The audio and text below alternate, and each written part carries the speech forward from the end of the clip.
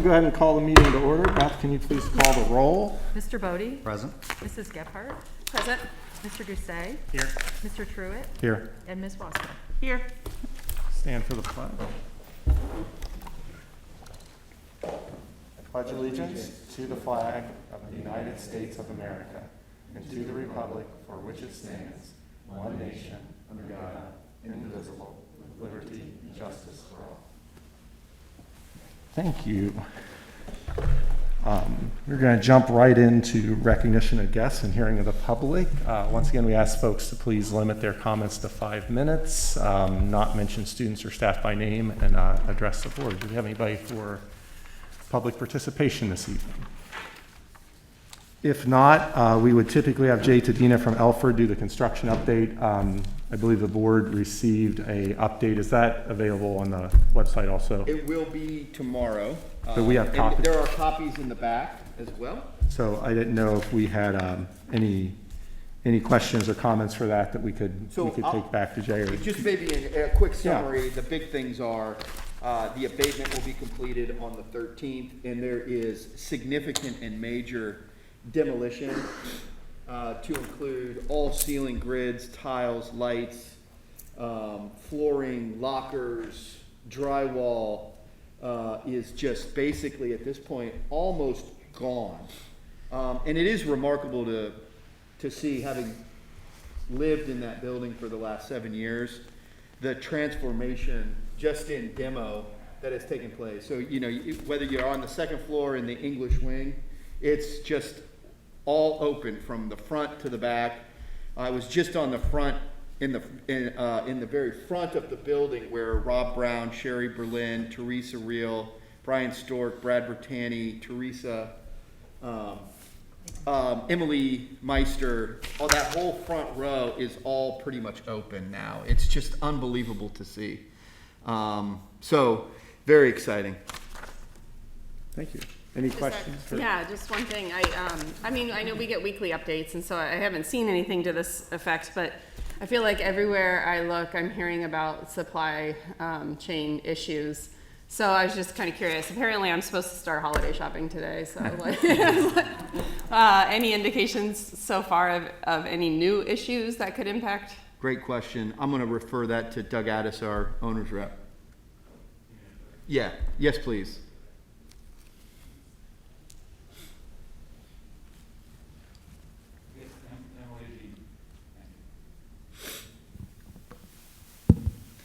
The best way to say it is there have been a lot of supply chain issues, but nothing that we see right now is going to affect phase 2. Everything's been ordered for a long time and staying on top of everything from that perspective. But if you were just starting now, if you were just bidding your project, you'd have some real issues to be concerned with. So we're fortunate in that regard.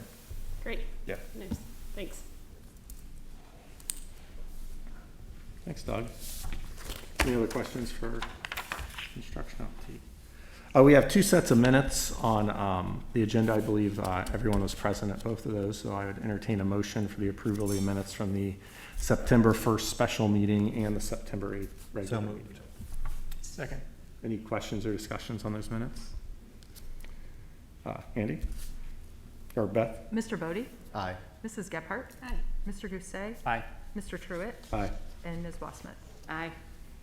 All right, building and department reports in the packet. Once again, appreciate the thoroughness of those. I'll open the floor up from the board for questions or discussions on anything for the building and department reports, if there are any. I was very interested in the Experiential Learning, I believe it is, that is an initiative, one of the goals for the year, and it looked like there have been progress on that, and just wanted to hear a little bit more. Well, one of the things that I'll share, and then I'll maybe let Sean or Rob or Angie add to what I'm going to say, is, as an anecdote to that, today, in fact, Mark Alter, it's in an email, someone is interested in being a mortician and learning more about that as a profession and a skill and a trade. and if anyone on staff had contacts, I happen to have a contact with a pretty good friend of mine who runs Schettinger. And so I hooked those two up, and they're going to meet, and he's going to get a tour of all of their facilities and also be able to talk firsthand to a mortician about the practice, and could potentially turn into an internship and really authentic way to experience passions. So there's a very tangible and specific example of what that can manifest into. So Rob, Angie, Sean, any additions? I guess part of my question was just, it sounded like a lot of the targeting of that is for students that would not necessarily go a traditional route to a four-year college, and I didn't know if that was the whole vision or just part of it, or how that fits in with the different students. It's a great question, because the vision keeps changing because the graduation requirements keep changing. So initially what we were thinking is to expand that to meet some of the graduation requirements for students who don't pass the Algebra 1 and the ELA 2 exams. What we've since learned is you really need to do a pre-apprenticeship, which is spelled out pretty clearly through ODE, which is really not what we had in mind for experiential learning. So it's really going to be two pathways, which is not bad news. It's kind of good news, because for experiential learning, what we can do there is we can be more creative, because we won't be tied to the graduation requirements. We can do that through pre-apprenticeships, which will be just a whole separate pathway. So I think over the last couple of years, we've built upon our experiential learning process through Explore and Experience, which Mark Alter teach, but we're looking to take an even bigger leap and build a lot of capacity for that for many more kids than we're currently. I think for the kids who are like mortuary school, or we have a couple of kids who really want to be electricians, but they didn't go to the Career Center. So we're getting them hooked up with electricians and going places and learning more and doing projects and presentations and how do you get certified, those sorts of things. I think we just want to expand upon that even further to include more students. So we're going to go look at some programs, Dublin, Hilliard, maybe some other places, to see what they're doing, to see what we can take from there. Did I answer? And I see Angie. We are going to do some site visits, but we're going to include some elementary schools as well, because our vision is we would like to see this K-12. Before COVID, we had lots of dabbling in experiential learning in the younger grades, but our goal really is to define what we want it to be here in Grandview and to have a greater vision K-12. And so we're going to do some visits, we're going to do some defining of some terms, and we'll bring all that to you as we start working on the development of that. But I'm working both with Mark Alter and Jessica Fields to get that work more solidified, but the vision is K-12. And if I may also just add to what Angie's saying, what we have talked about somewhat of as a culmination or after our board work session where we were dreaming was the importance of experiential learning for those kids that are doing it now, but also a more systemic and universal approach. Really getting them ready and excited, so when they get to the high school and they have broader opportunities to do career path and those types of learning experiences, it's not brand new, it's something they've already been a part of, they've already kind of developed ideas and passions of where they want to go. So we'll keep you up to date as we learn more. Great, thanks. That was helpful.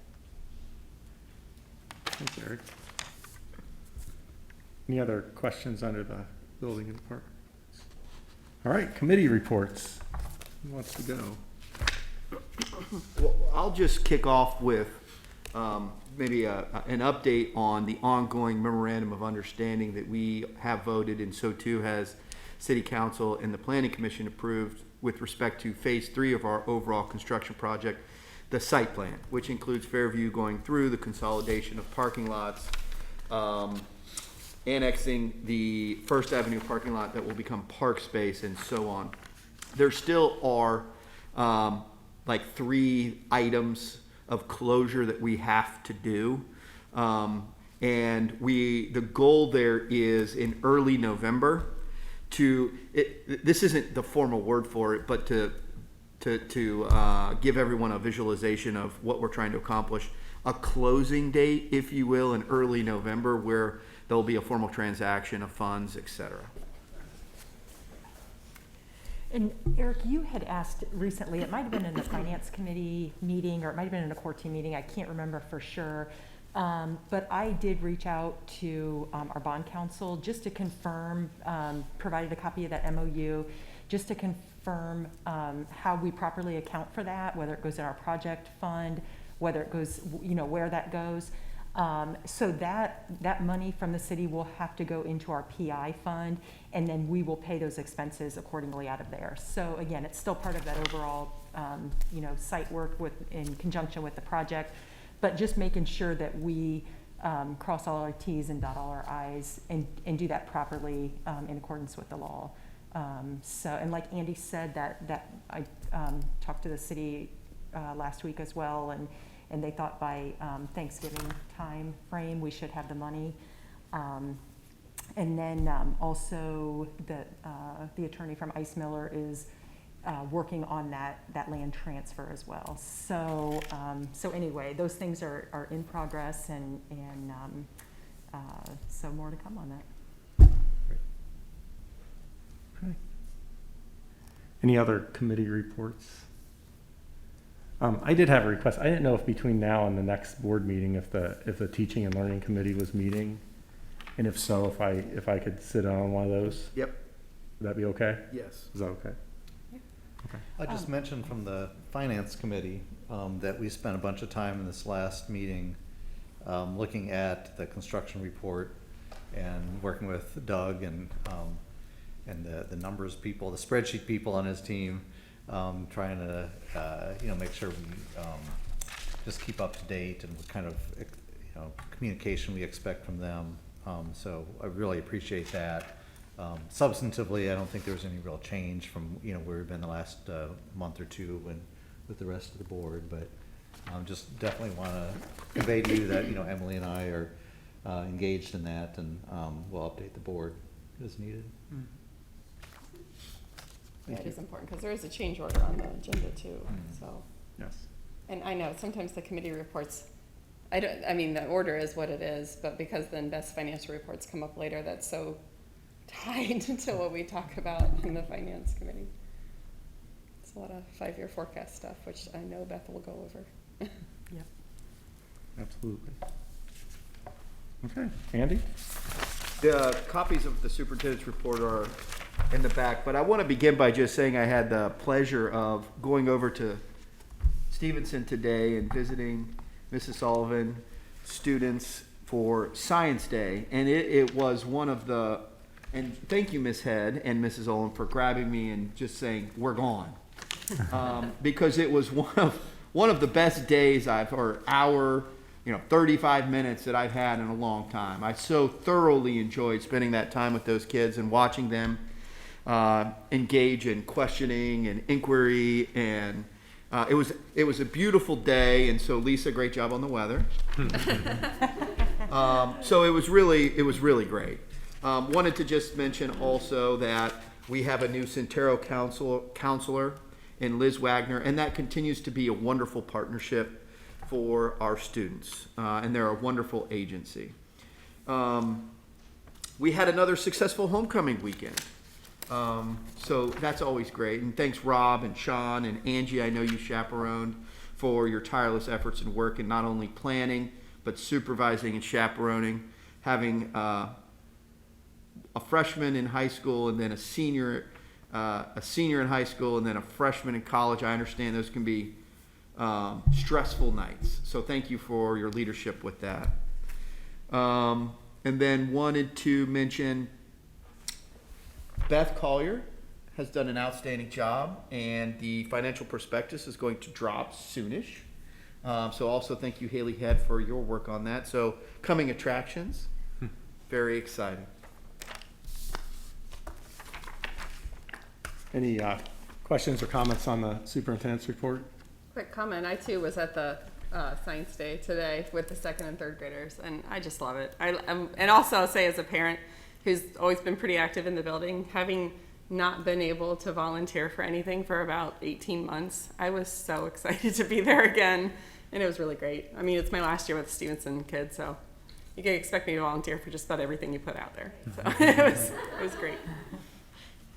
I'd like to comment on the third bullet point on the second page. I just think it's spectacular, the work, student-driven work of the Bobcat Anti-Racist Collective, and, you know, becoming active and just looking at, you know, students that are interested in those House bills that are looking to censor and restrict what our educators can actually teach about racism and sexism, and you know, trying to, I don't know, there's a lot of good in that one bullet point. So, you know, I appreciate this district, the administrators and the teachers, stepping up and doing what's the right thing for our community and kids with that. And I would just add, you know, students being the change that they want to see, and empowering them to have a voice in a self-directed way is really powerful as well. One of the core philosophical beliefs of certainly this board, our district, and Rob and Sean and our staff do a great job of that as well.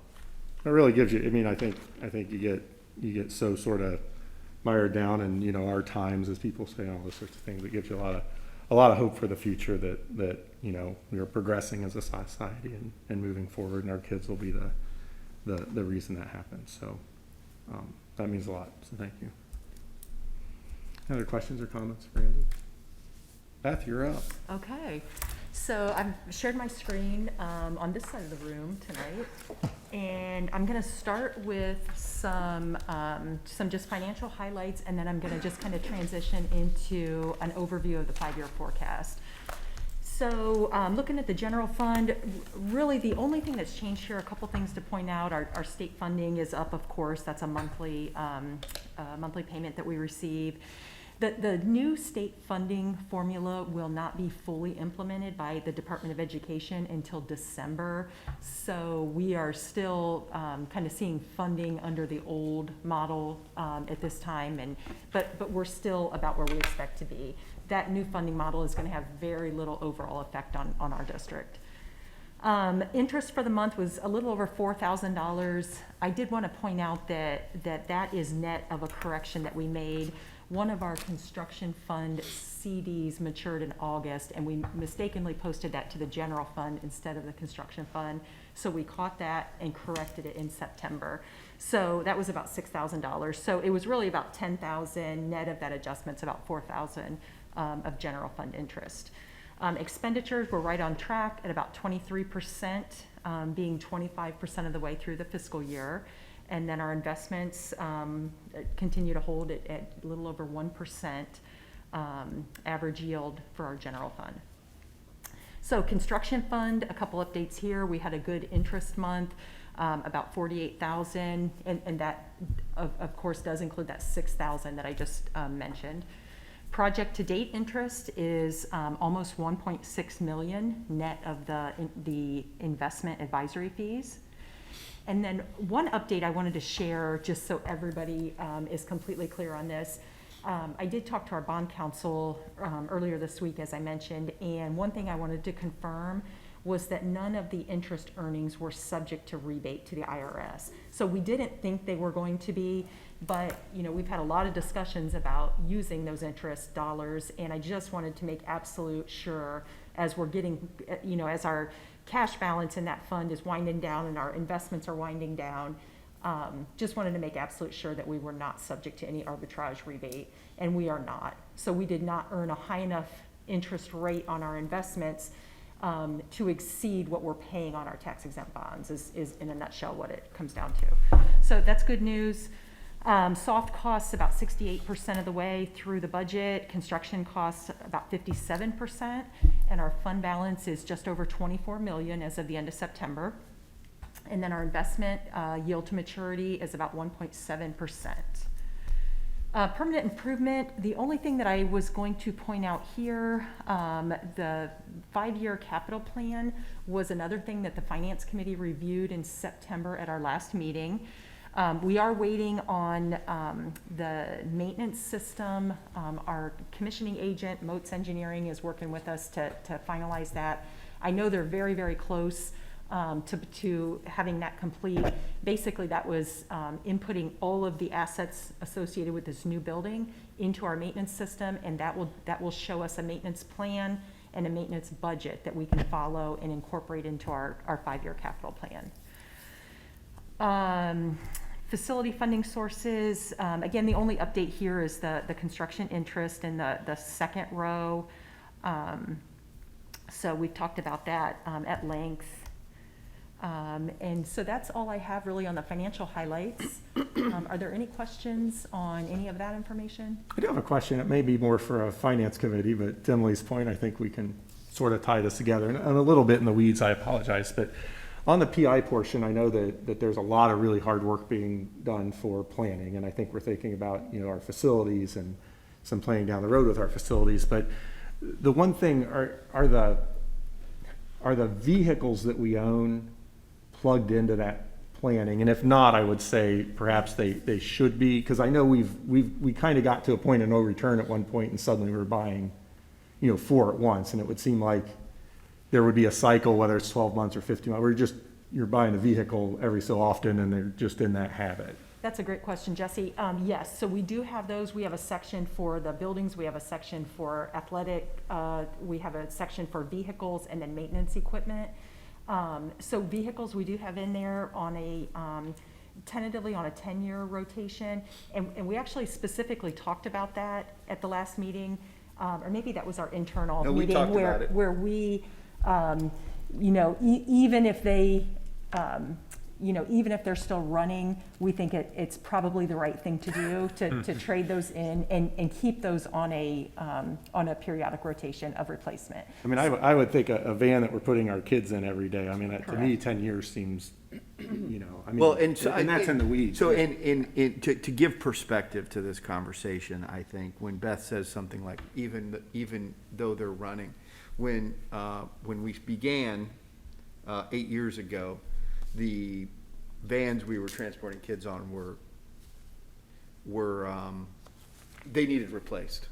So I do think this is a prudent and wise choice, that we have a cycle and we ensure that the vans that we're putting our kids in, transporting them, are safe. And we will continue to monitor that, Jesse, as well. Yeah. Those vans already, if you can believe it, are about 5 years old. Well, that's what I was thinking. Are we ready to just replace the so- entire fleet? Yeah, so Or do we just start to?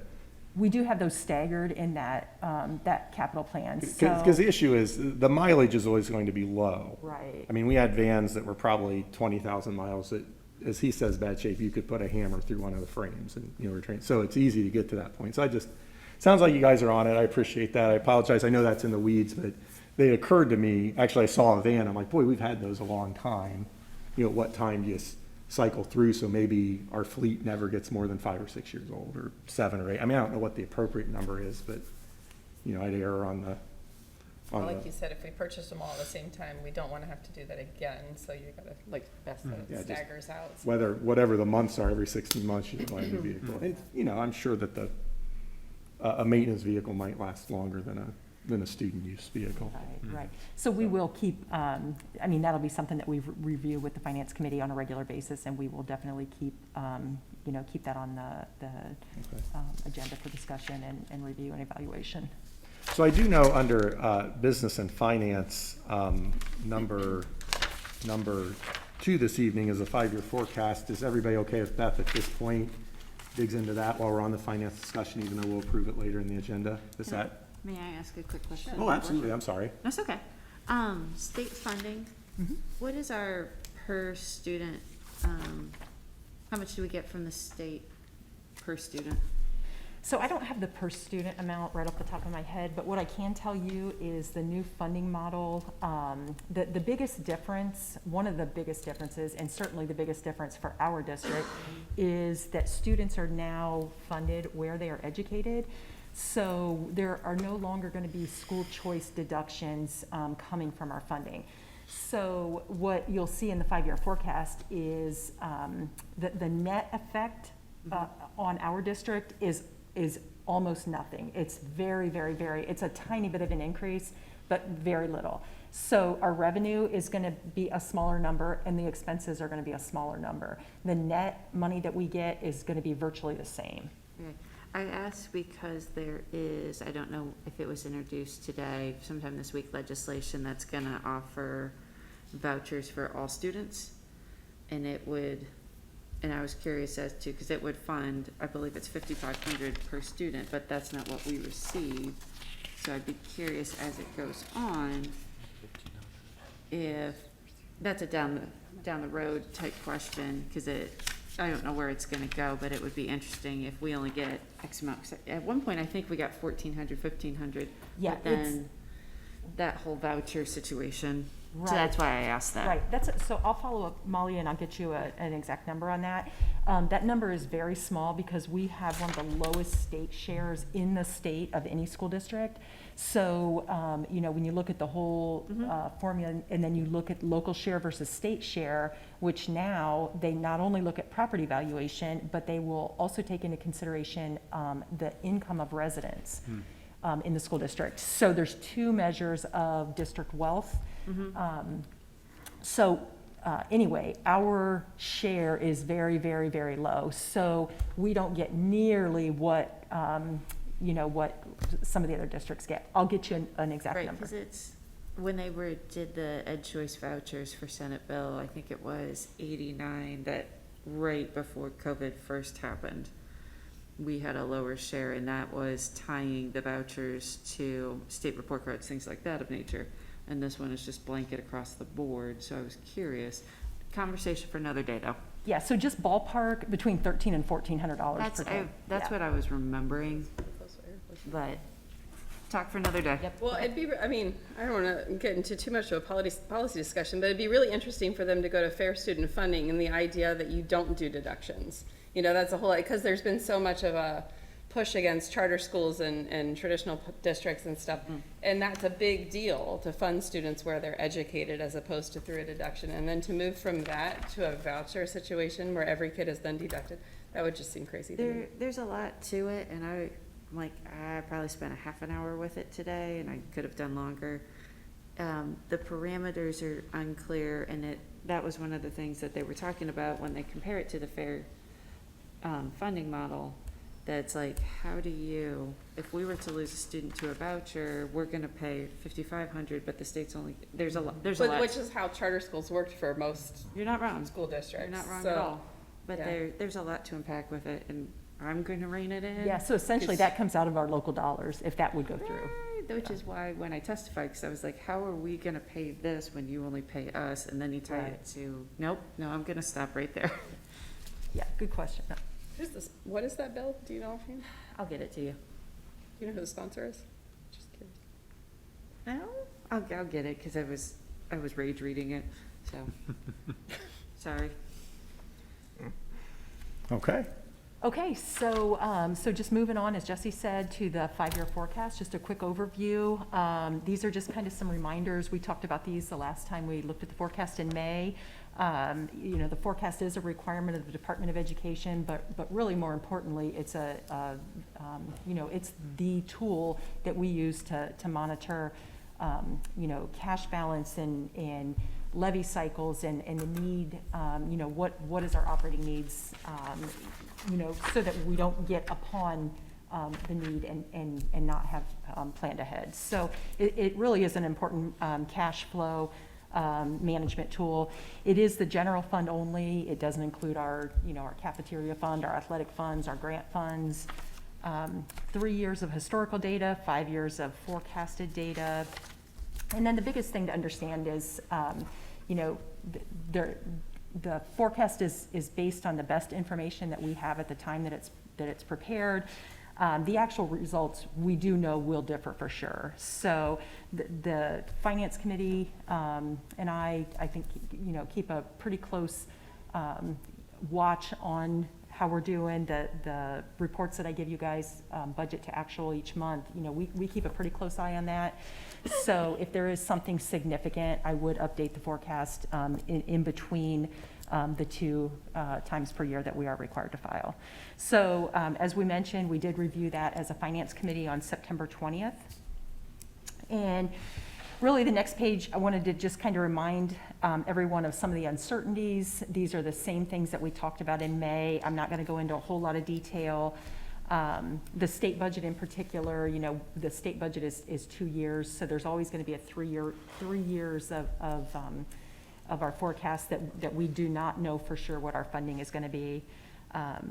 Labor negotiations, Grandview Yard, again, as that continues to build out, there's less uncertainty and more certainty, and so we can kind of hone in on those projections. So anyway, those are just a few things to keep in mind.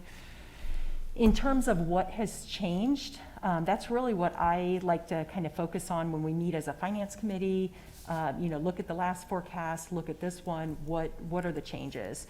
And really, overall, there are not a lot of changes. The revenues have not changed much, the expenditure projections have not changed much. Just a couple fairly smaller changes. As I mentioned, the state funding, again, that number is going to be a little bit lower, but our expenses, our offsetting expenses are going to be a little lower too. And then Grandview Yard, we had, as we have done each year, we have Baker Tilly prepare projections, and we have incorporated those into the 5-year forecast. So those numbers are better than what they looked a year ago. So that's good news as well. The biggest projection change with expenditures really relates to all that federal ESSER funding that we got as a response to the pandemic. So what that allowed us to do was to adjust a pretty sizable amount of expenditures that we had previously paid for from our general fund and adjust those into this grant funding. So that funding allowed us to go clear back to March of 2020, which, when the pandemic began.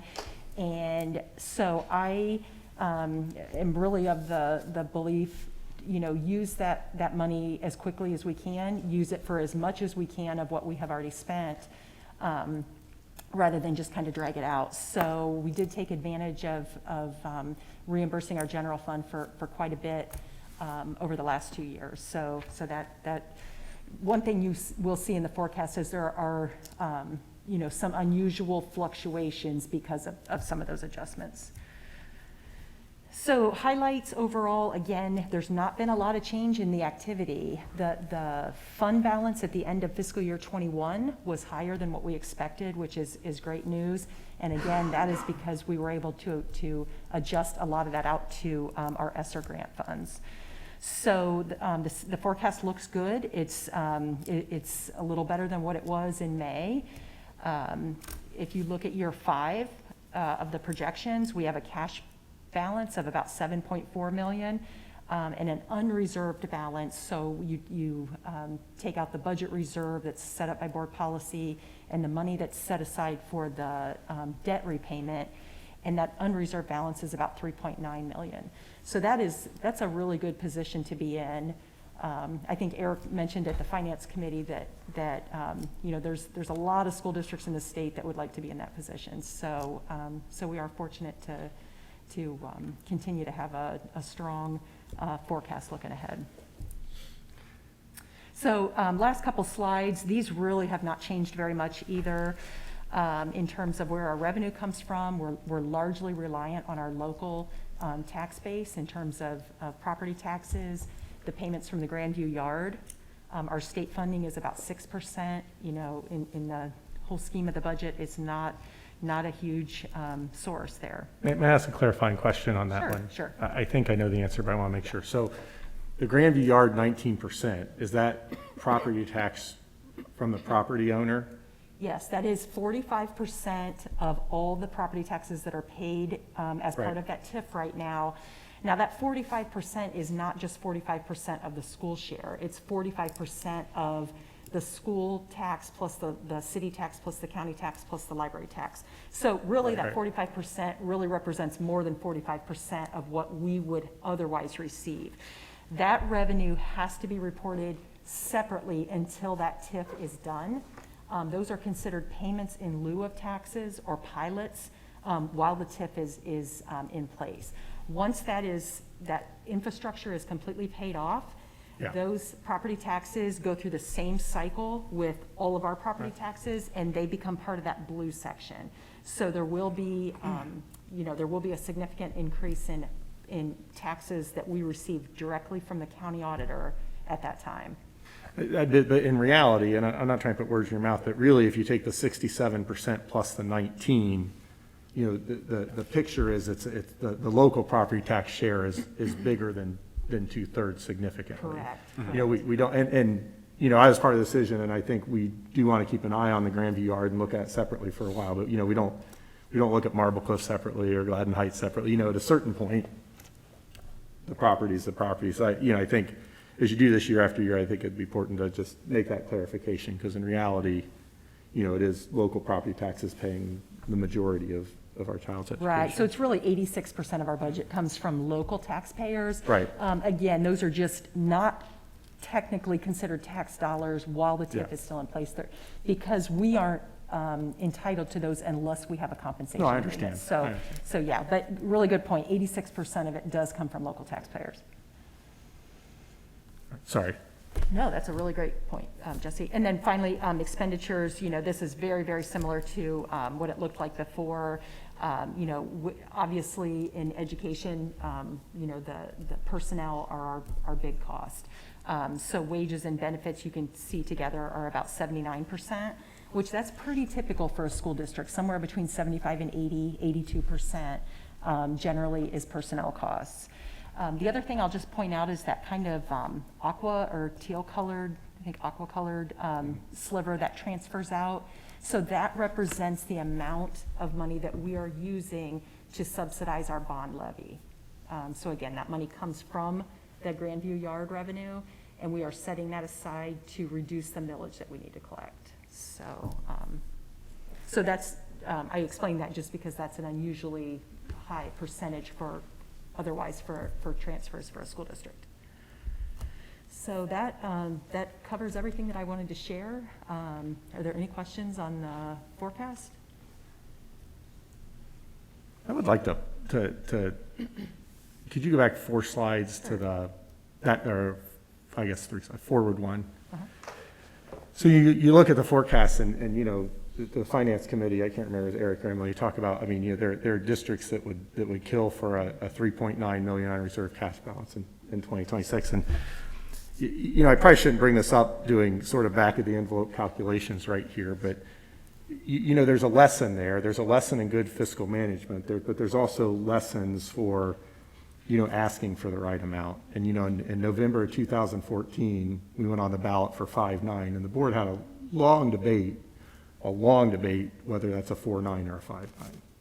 And I advocated heavily for the 5.9, and that's what we did. And then, you go to November of 18, and at that time in the forecast, we needed the mill of operating to go with the bond issue. And you look at that, had those 2 extra mills not been there, back of the envelope, and I should probably go back and look this correctly, I think in 24 we'd have a 0 cash balance, and it would take somewhere between 7 and 9 mills to get to that cash balance in the end. So the lesson is, as the guy going off the board when you're having levy discussions, I think it's more responsible not to wait and then do a big ask. And I look at it sort of like a condo association. You can have a little fee and then have to assess people when you need a roof for a parking lot, or you can charge a little more, because what's important to the taxpayer is what you spend.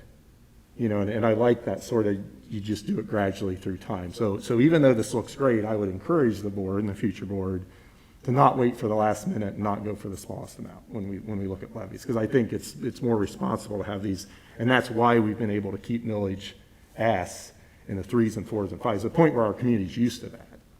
I think last year Dublin passed 7 or 8 or 9. People are used to, it used to be try to stay under 10, was sort of the logic. And so I think that speaks very highly. So I apologize for going on with that. You don't have to put up with me too many more meetings, but I think there's a lesson there, and it's fiscal management, but it's also, it's our responsibility as a board, whoever's on the board, to get resources in. And I'd say, don't be scared to keep that sort of even playing for many years forward. So, okay, I think, I'll get off my soapbox. Very related to a point that I thought you made before that was really good, Jesse, is that whatever the situation is, it should be definitely an annual, very thoughtful process, and partly from the finance committee, but partly from the board as a whole, to consider the question. Because you don't want to just put it on the back burner and not think about it until it's too late. But, one of the questions we would ask, in looking at the 5-year forecast is, is it upcoming? in the next year. I think, given where we are and, you know, and really some of the very good news that we had with the pandemic where, which is not a phrase I thought I would say, but, you know, given where we thought there may be, you know, some real financial damage, and real negative consequences. In fact, you know, as it all has balanced out, and there were some things that we didn't spend money on, because, you know, we weren't transporting as much, and, you know, other, just activities, less travel. I mean, there are things that were just lower expenses, and then we got some of the money, federal money that came in. So, you know, it turned out to not be as bad news as a lot had feared, which I think is not unusual for a lot of public entities. And, so anyway, you know, I think I would look at the 5-year forecast and say, you know, as we look, certainly in the next year, I would not anticipate. No, that's not what I'm. And I know you're not, but I think your point of every year we should consider what's the timing of this, I think is a really good one.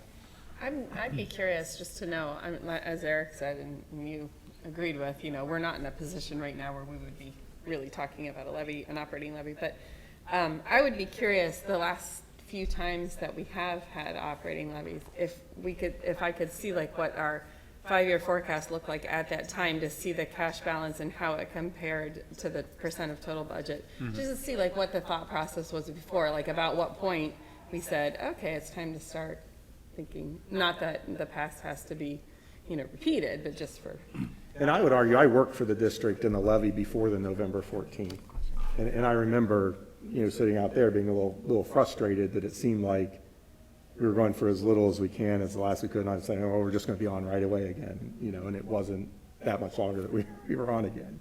You know what I mean? And luckily for not a huge amount, but, you know, money's money. And so, you know, it's an interesting, you know, it's just an interesting variable in our finances. I mean, you know, to be responsible with taxpayer money, it's how you spend it, but there's also, you know, how you collect it and ask for it, and you know, you want to be successful in that ask. And so I like this idea of keeping cash balances good for a while, because, you know, I mean, some people like that you fail levy and have a bunch of cuts because it cleans things out. I'm not one of those people, you know, and there are boards that sort of feel that way too at times, but you know, I don't know. I didn't mean to get on a soapbox with that, but I just, you know, one of the things that I've been involved with, I feel really good about those incremental millage adds that I advocated for, that I think's part of the reason that we're in good shape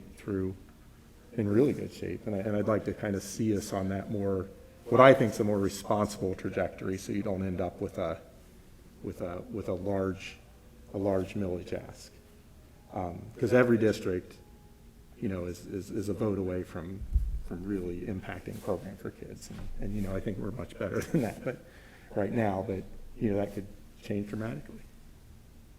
So, and I really, by the way, Emily and Eric, really appreciate everything you do on the finance committee. You know, I get to be the guy that listens to it and make a comment here and there without doing a ton of the work. So I appreciate that, but I do think it's important for the whole board to really touch base on finances pretty deep a couple times a year, because it's one of our primary responsibilities. I mean, every month we're voting to spend a lot of money, so.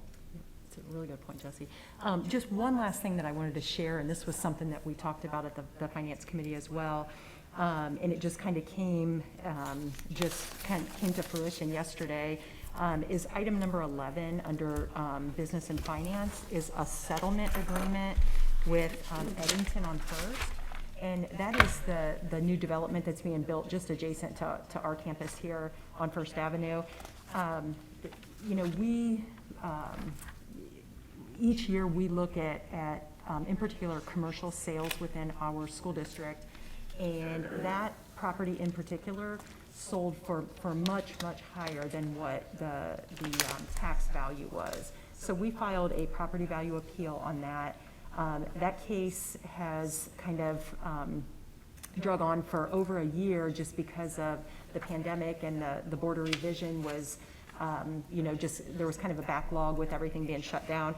And so it's been on our finance committee agenda, each month it's still on there, and I just, update the committee that, we're still waiting on the other party's attorney. Well, the hearing was scheduled actually for today by the Board of Revision, and the attorney finally was able to kind of finalize that with us yesterday. And so basically that agreement calls for direct payments to the school district for 3 different tax years in exchange for us dropping the Board of Revision complaint. So it's about $51,000 that we're going to receive in the next 2 weeks or so.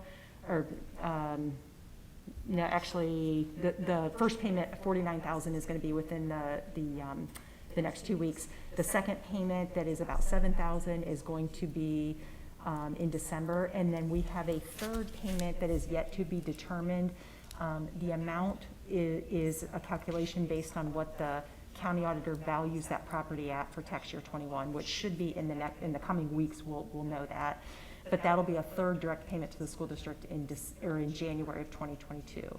So anyway, that kind of came together at the 11th hour just yesterday morning, and luckily we had talked at length about it in the finance committee, and so that was kind of a late add on here. But the hearing was today, and so we needed to drop the case before the hearing so we finalized that kind of at the last minute. So just wanted to give a little bit of background on that. Guys, I know you put this in your documents, but back to the 5-year forecast real quick. Do you know offhand what your assumption was for benefits, for like health benefits? Yes, so I have always carried the benefits at 10, the health insurance in particular, at 10% increases annually. Now the last 6 years, we changed brokers. We had a really, really good broker that kept those increases down to less than 1% per year for the last 5 or 6 years. Well, it finally caught up to us. We had a 15% increase this year. So I had dropped that to 8% for a few years in light of the change for this year, and given the fact that we are going to have to look at a benefit plan for next year and likely change insurance carriers, I have 10% again throughout the forecast. So I think that is, based on where we're at now, I think that's probably the responsible thing to do. We're a pretty small entity, and we're fully funded in terms of healthcare. So our claims have been exceeding our premiums. So we are meeting with the insurance committee, which is 3 of our teachers, 2 of our classified employees, Andy and myself, on October 18th. And our insurance broker is going to be there as well. And that's going to be for the purpose of kind of hearing some feedback from the committee and what they would like to see in that as we look to bid this out for next year. And then we're going to have a follow-up meeting mid-November to put costs to those, those ideas that the committee comes up with. So anyway, a long-winded answer to, I have bumped that up a little bit just because of kind of the position that we're in now. But I think this is a really good kind of unique opportunity for us to kind of, evaluate the plan that we have, what can we do to kind of set us up for, a little bit longer term stability and that sort of thing, so. Yep. I just noticed on the same pie chart that you have the expenditures on that, benefits after salaries it's a pretty big, it might be the second largest, I believe. Yeah. And I know that you've mentioned, and we've talked about it, that we're seeing a change in the costs, and so it's one of those things that we need to keep an eye on. Right. Yep. So we are actively working on that right now. So I'll have more to share soon. Additional thought, I'm a little slow. I'm going back to your original thought about sort of comparing 5-year forecast to levy history.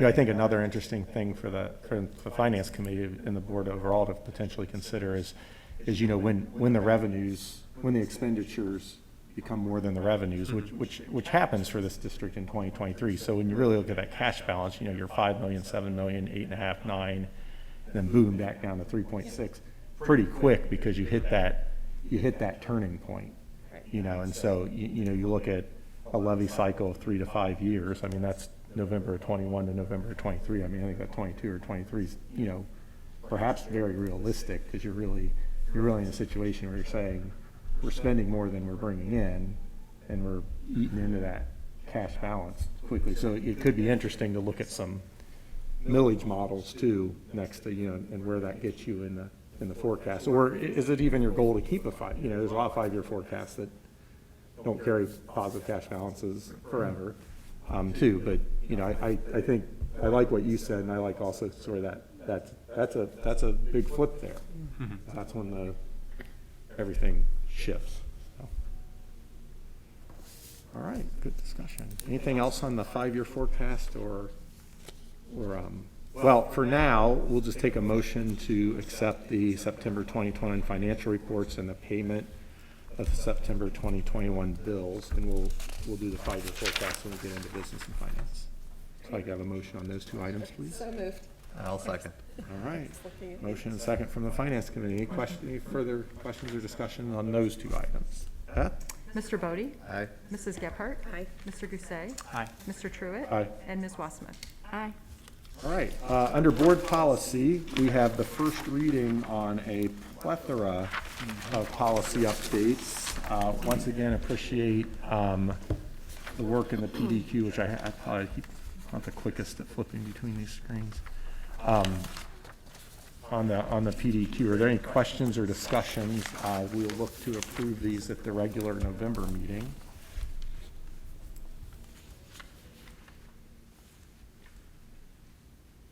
That's a lot of work, so thank you guys for doing it. You know, I'll just say, and you've heard me say this before, you know, we pay OSBA to update, I'm gonna say 98% of these are required, changes to our policy based on past, bills in the State House. So I did have 2 that I had questions about, starting with you, family life education, sex education. Is there anything in that policy that changes our current practice of how we teach in those areas? I would say no, not how we teach, it's just simply the verbiage. Okay, How do I say that? The state allowable verbiage used in those lessons. okay, But what's actually taught does not change. perfect. And you went to the teacher and talked about it, like it wasn't, Yeah. this was discussed with the health teacher. Correct, Not yeah. just us looking at it and going, yeah, this is Correct. good. Right. Okay. What's your other one? And then my second, under F, professional staff recruiting, I mean, I understand that these are general guidelines, but I would be curious, you know, this board approved a resolution, anti-racism resolution, that had some specific language about staff recruitment. And I'd wonder, and would request if it doesn't, if even though we could still do the required changes, to make sure our policy is reflective of the resolution that we passed. If that's doable, if that's something that you guys would consider discussing.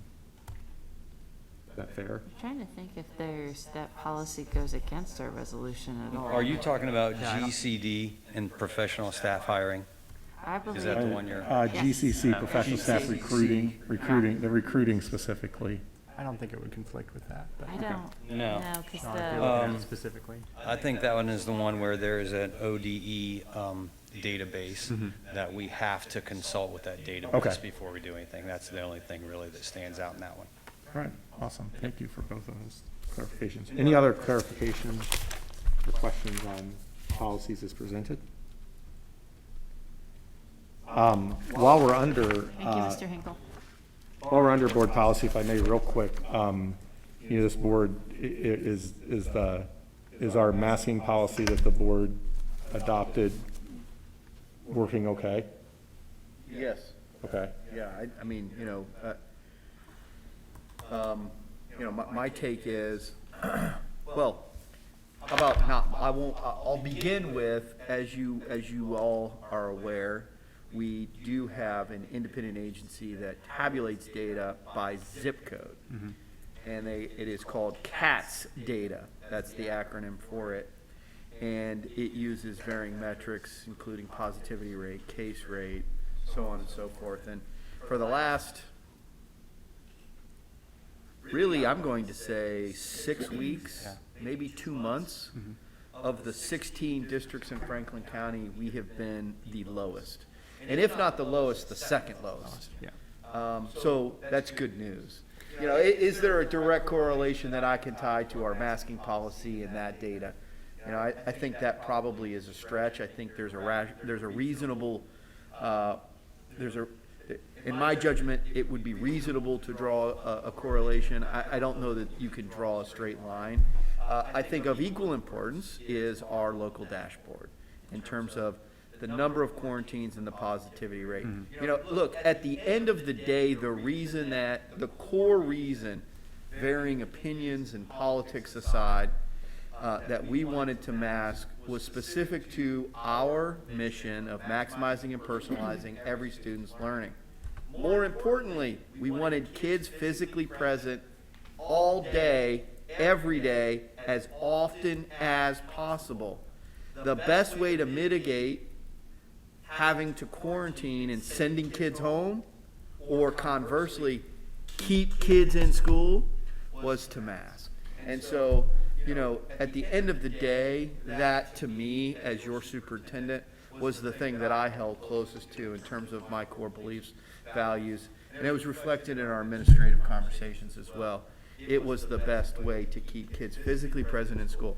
And keeping kids physically present in school is the best way for us to actualize our mission and grow kids. And I apologize, I appreciate that. That's not really where I was going with that question. You know, more specifically, you know, we passed a policy that was broader than a lot of districts, that was sort of a 24/7 in facility. Yeah. And I know, you know, there was some discussion specifically about the enforcement of, you know, what that would look like when it was outside the school day and outside of our students. So I guess my question was really more from a compliance standpoint. Are we seeing that compliance? Yeah, I'm not seeing any issues. I do think, though, your question is a timing one in that we, at the end of the month, will be switching from primarily outdoor athletic or extracurricular activities, whether it's soccer, football, or cross country, to winter sports. You know, where I could potentially see some challenges enforcing that, in particular when we have visiting teams that aren't accustomed to having a mask requirement indoors. And we have a date on the vaccination rate of those communities, so. Well, so I think that is, that potentially for our athletic director and our site managers and our principals, assistant principals, And myself, then that is likely to be the biggest challenge. You know, look, we have great community members. We have great kids. We have great staff. I mean, you know, does everyone want to wear a mask? Heck no. Well, I just want to make sure. But there is compliance. I think in the arena, pun intended, of indoor athletics, with visiting teams could likely be the biggest challenge we face in terms of that policy that the board passed as it's written. I just want to make sure that as we go into the winter months, we're diligent in that, and I think it's important to remind ourselves that we talked about a district-owned facility, and we own facilities besides school buildings. We own concession stands, we own a press box, and I think we may need some reminders in some of those areas. When I read the policy, masks are required in those areas, and I'm not sure that I'm confident that that's happening. So we either need to change the policy so that you don't have to wear a mask, or I think we need to make sure that we are sticking with the policy that in those areas, the mask is being worn. Are you talking about the football stadium or the basketball court? A building, whether it's, a concession stand at a football stadium is a district-owned building. Okay. A press box at a football stadium is a district-owned facility, building. Let me ask you this. This isn't picking fight, this is clarification. Where does the outdoor space end and the indoor space begin in regards to like football stadium, concession stands, things like that? The entrance to the building. The fact that it's open air, does that play a role? you know, the press box and the concession stand are open air. I mean, I think is that where you're going, Mo? Well, yeah, so. I just want to make sure that we're following the policy that we. Well, Right, I think and we need we need to set down guidelines as to what counts as indoor or outdoor. Right, because where you I said. thought it was a district-owned building. I read it as an indoor, like gymnasium, like an indoor event. I guess I wasn't thinking perhaps. Well, can we have legal I mean, we can sit here and debate this all day long. I'm not even looking to adjust the policy. I just want to make sure we follow the policy we have, so. Sure. No, it's a good Could we, question. could we talk Yes. about, could you check with legal counsel on that and then let us know? And if a member of the board wants to change the policy based on the feedback we get, we can certainly do that. And if they don't, they don't. I don't think we need to go down that path now because we're just speculating. Sure, that's a good idea. It's a fair question, but it's one of those two, depending upon what the answer is, there's clarification. I personally work the concession stand. I'm like, are we masking or are we not? Because and they're like, it's open air. And I'm with Mr. Gousset, where I'm like, okay, that's the same as me sitting in the stands, which is open air. Your question is very valid, and it's one of those, it's a good question to ask. And that's where I'm like, what do you mean by outdoor versus indoor? That, it wasn't a picking That's question. what it was we meant when we adopted the policy language. correct. I mean, it's not a. But need to I can't interpret remember what off the it top says. of my head, what was the exact verbiage in the policy that we said? Was it a district-owned facility? Was it an indoor? And I off the top of my head, do not remember. I'm like, I can pull it up while, whatever, or after the meeting. But it's a good question. I'm glad that you asked it, is where I was going with this. Yeah, get clarification. Right. Yeah. And I'm okay either way. I just, Yeah. you know, same with the handbook. I just want to follow the rules we have and make sure we're interpreting correctly. So. All right, business and finance, we have 12 items to consider. If I could have a motion on business and finance 1 through 12, it does include the 5-year forecast.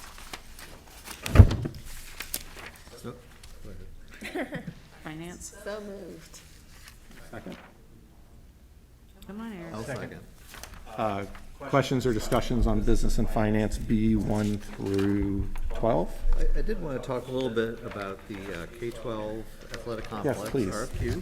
So I know we've had a lot of work to get to this point, so I'm really glad to see it, and also really appreciate some of the adjustments that were made.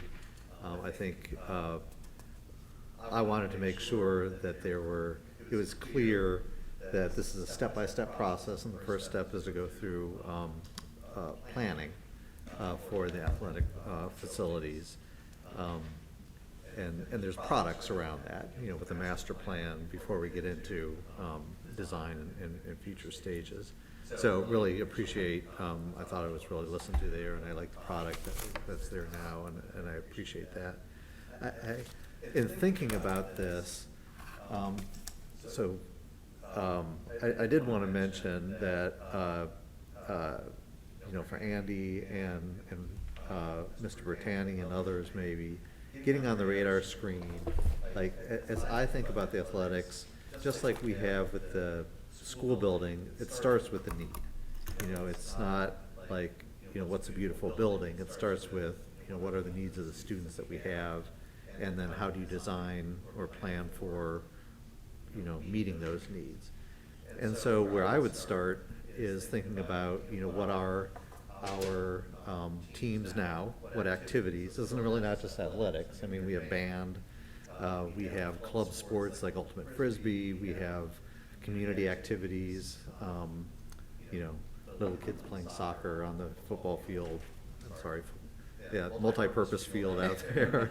And it really got me thinking as I was reading through it too. There was even the mention of, you know, the artificial turf up on the higher area, you know, more toward the baseball field as a possibility.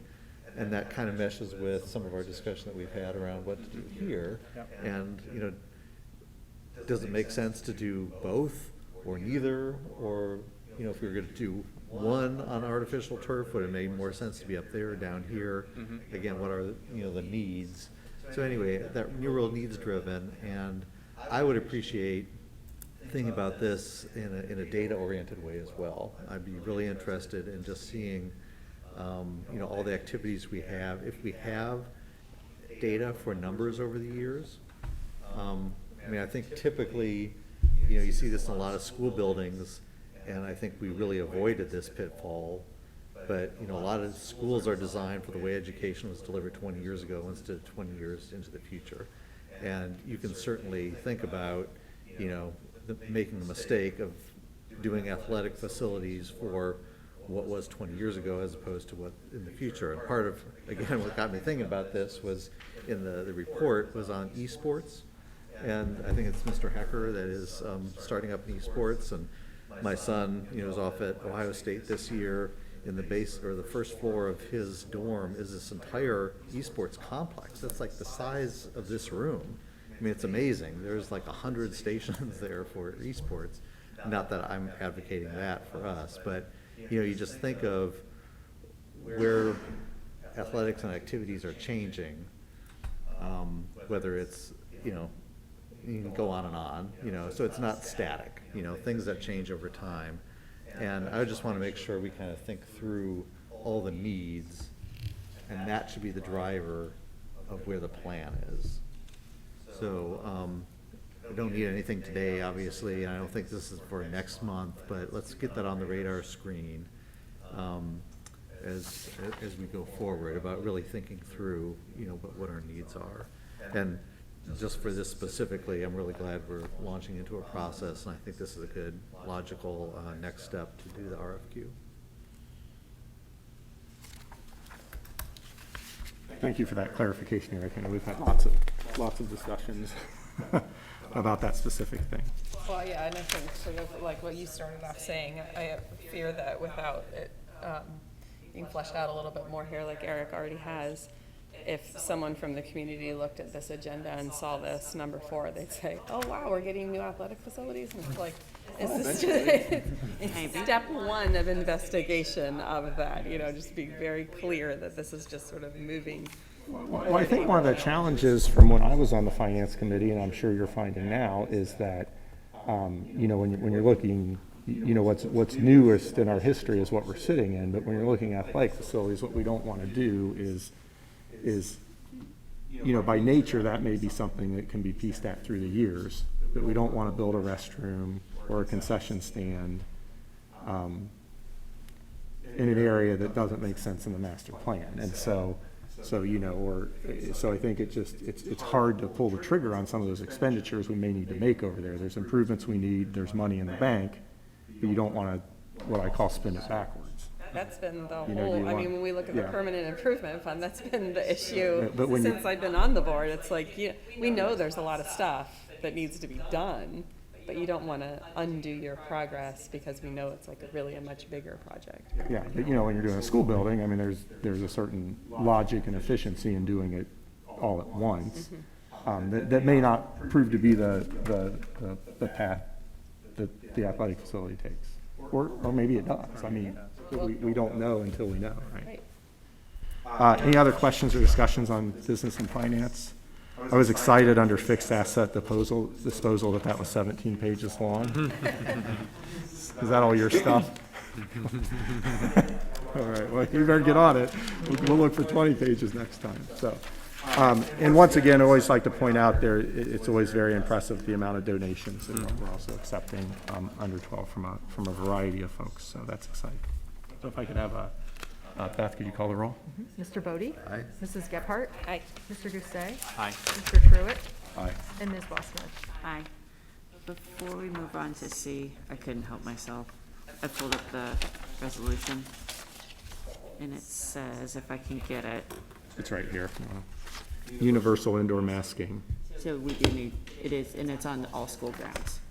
Yeah. So we need that was, I didn't remember if it was on all school grounds, that was the thing, so we just need I clarification. think the clarification is what indoor, indoor, like the definition of indoor, yeah. So, and I would be curious in the legal opinion. I mean, my opinion is that there's no open air provision, but, and you're serving me food. Personnel, C1 through 16. We have a motion for C1 through 16. Personnel. So moved. Is there a second? Second. Any questions or discussions on the personnel items? So we know personnel is our biggest expense. And it should be. Not, Beth, can you call the roll? Mr. Bodie? Aye. Mrs. Gephardt? Aye. Mr. Gusset? Aye. Mr. Truitt? Aye. And Ms. Wassmer? Aye. We have one field trip and a list of 5 volunteers. If we could have a motion for D, 1 and 2. Yeah, someone have a motion? So moved. Second. We talked about field trips quite a bit the last meeting. Everything we talked about last time would also be true in this case, I believe. Correct. But certainly, if there's any other questions. All right, Beth? Mr. Bodie? Aye. Mrs. Gephardt? Aye. Mr. Gusset? Aye. Mr. Truitt? Aye. And Ms. Wassmer? Aye. Anybody want to go into executive session for anything? Oh, I'm sorry, I skipped over items for discussion. All right, I could have a motion for adjournment, please. So moved. Second. Beth? Mr. Bodie? Aye. Mrs. Gephardt? Mr. Gusset? Aye. Mr. Truitt? Aye. And Ms. Wassmer? Aye.